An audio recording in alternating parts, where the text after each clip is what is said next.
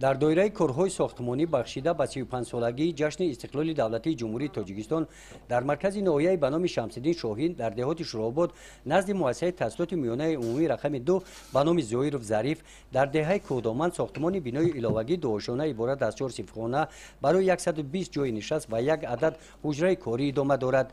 در این مؤسسه تعلیمی 530 نفر خوانندگان دهه کودامن به تحصیل فرا گرفته شدند. در کارهای ساختمانی بینای مذکور 16 نفر ساکنان محلی به کار جلب گردیدند. پایانتر از دهه کوهدامن در دهه خواجه غلطان ساختمان میدان خرد بازی فوتبال ادامه دارد. میدانچه ورزشی خرد بازی فوتبال درازیش 45 متر و پهنایش 25 متر تشکیل می‌دهد. انشاءات مذکور با پیشنهاد جماعت دهات شوراباد با سهمگذاری صاحبکاران محلی و شخصان سخاوتمند دهه راه اندازی گردیده. در نظر است که در عرفه سالگرد جشن استقلال دولتی جمهوری تاجیکستان مورد استفاده قرار داده شود.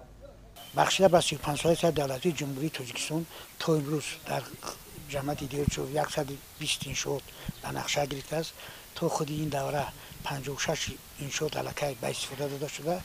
در دیگر باقی‌مانده شتایی که اصلا ساختمان ادامه دارد.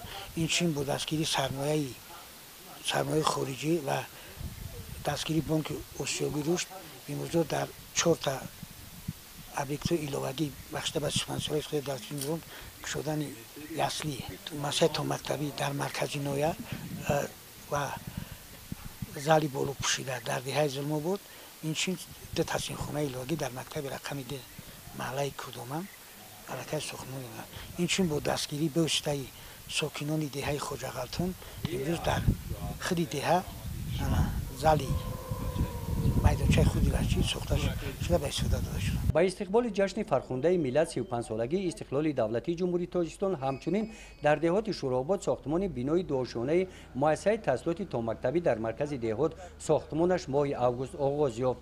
لایحه مذکور با دستگیری حکومت جمهوری تاجیکستان به راه مانده شده. طبق نقشه ساختمانی نزد مؤسسه ساختمان میدانچه ورزشی هم در نقشه ساختمانچیان هست.